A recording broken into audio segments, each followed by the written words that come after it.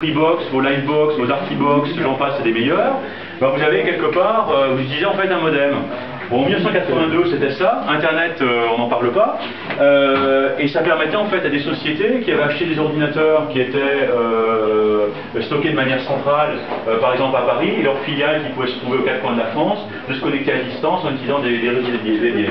Et en fait, en 2000, enfin quelques 20 ans plus tard, c'était la même chose, donc ce qu'on avait dans les PC, les cartes modem. Donc on a quand même une réduction de taille avec des vitesses absolument incomparables. On a multiplié par 10 le temps de transfert. On a aussi un Telex ici.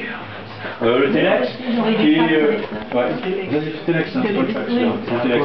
Donc le Telex, en fait, c'est un système qui permet d'envoyer des messages un peu basé un peu comme l'email. Donc en fait, on tapait les messages ici, ils étaient transmis par le réseau téléphonique, et le correspondant à l'autre bout, eh bien, son message arrivait, il était imprimé derrière, et puis voilà quoi. Non, là c'était avant le fax, on ne pouvait pas faire de la reconnaissance d'image. Là, il fallait taper le caractère, on avait du caractère en fait, on n'avait pas d'image encore, c'est l'ancêtre.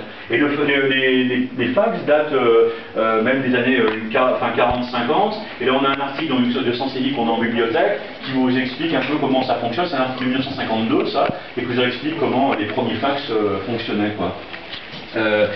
Ensuite, on a un petit coin là pour l'informatique française.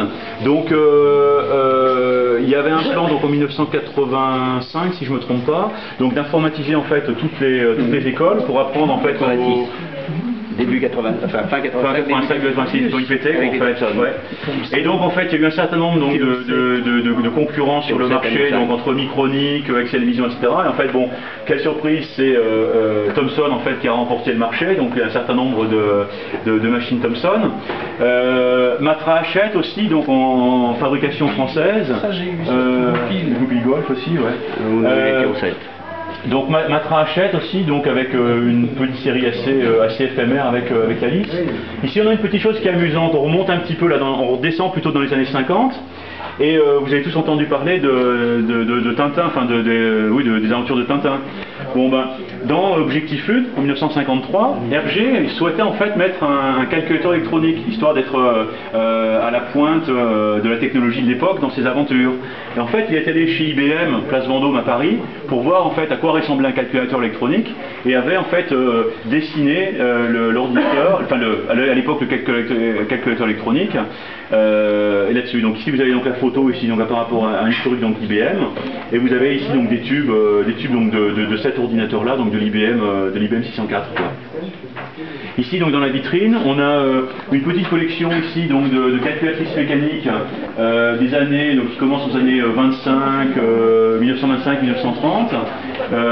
Donc il y a une chose qui est assez amusante ici, on a retrouvé des cartes postales publicitaires de 1936 qui faisaient justement la promotion de ces calculatrices mécaniques. Vous avez ensuite un petit espace aussi au niveau du stockage, vous allez voir les cartes perforées, ce qu'on utilisait donc dans les années 50 pour stocker ces programmes. Arrivé donc à l'informatique, je dirais, les premiers ordinateurs familiaux où on stockait ça donc sur des cassettes équivalent de cassettes audio, les disquettes qu'on a connues de 8 pouces, 5 pouces, 5 quart, jusqu'au CD-ROM et la clé USB, vous arrivez maintenant à stocker quelques gigas de données. Et puis on a depuis ce matin aussi une petite bande de sauvegarde qui servait donc aux gros ordinateurs d'entreprise pour la sauvegarde donc de leurs données quoi. Et on a après qu'est-ce que on a un petit scanner à main aussi, vous pourrez voir. Je vais conclure ici là.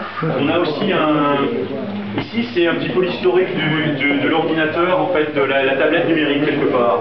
Donc on a, donc dans les années 80, on avait des petits ordinateurs portables avec des capacités mémoire relativement limitées, avec une ligne d'affichage. Arrivait donc ensuite en 1993 les premières tablettes numériques, donc telles qu'on connaît maintenant, enfin comme l'iPad ou l'iPhone.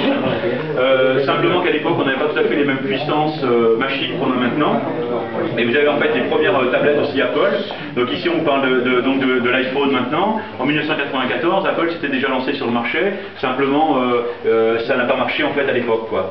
Un petit truc aussi assez amusant, il y a une montre ici de 1983, une montre avec un petit clavier qui permettait en fait de stocker par exemple des numéros de téléphone. On n'avait pas de téléphone portable à l'époque, enfin, à part les quelques gens fortunés qui avaient quelques grosses valises.